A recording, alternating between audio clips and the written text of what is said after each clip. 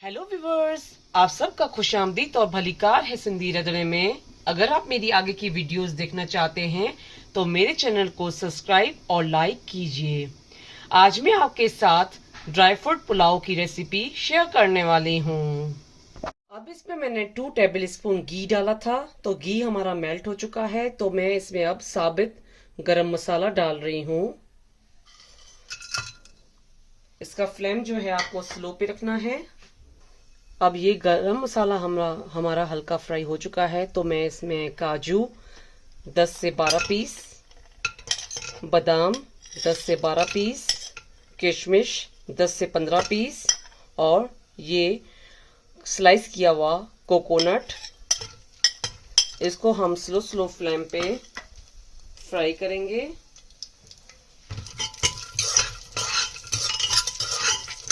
इस तरीके से हमें ये जो ड्राई फ्रूट है वो स्लो फ्लेम पे फ्राई करना है। अभी हमारा ड्राई फ्रूट फ्राई हो चुका है। तो ये मैंने 2 कप चावल लिए थे और चावल को मैंने पानी में भिगो के रखा था। तो ये चावल हमारे सोख हो चुके हैं, तो मैं इसमें अब डाल रही हूँ।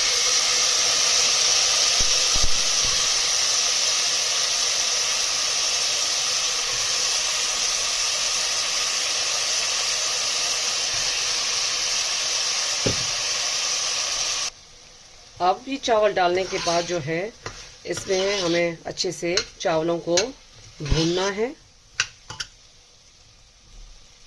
और इसका फ्लेम जो है आपको मीडियम पे रखना है।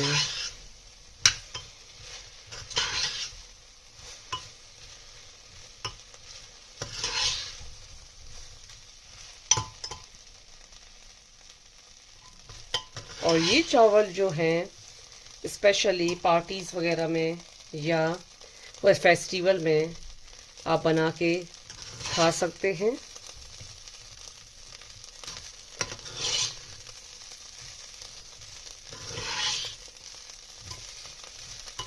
तो ये हमारे चावल जो हैं अब भून चुके हैं। अब मैं पानी जो है, जिस कप से मैंने चावल मेजर किए थे 2 कप, उसी से ही मैं चावल जो है 2-3 कप पानी डालूंगी। क्योंकि ये चावल मैंने जो प्रेशर कुकर में बनाया है, इस वजह से जो है पानी की क्वांटिटी हमें थोड़ी कम करनी है, क्योंकि ये चावल जो है 1 विसल में रेडी हो जाएंगे। तो अब मैं इसमें पानी शामिल कर रही हूँ।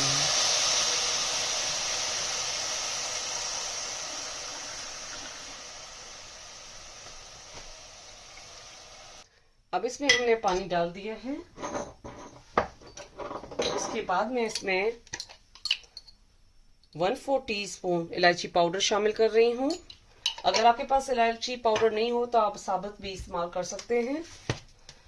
और इसमें मैं 1/2 टीस्पून नमक शामिल करूंगी। अब इसका जो फ्लेम है वो मैं मीडियम पे रखा है।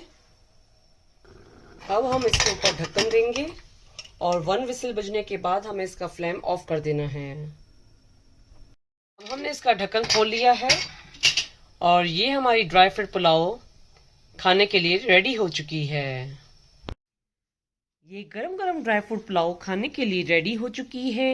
ये ड्राई फ्रूट पुलाव आप दाल के साथ, कड़ी के साथ, चिकन के साथ भी खा सकते हैं। ये ड्राई फ्रूट पुलाव आप अपने घर पे ज़रूर बनाइएगा। मेरे चैनल पर फीडबैक दीजिएगा। मेरे चैनल पर लाइक का बटन ज़रूर क्लिक कीजिए और ये पुलाव अपनों के साथ शेयर करना नहीं भूलिएगा। Thank you.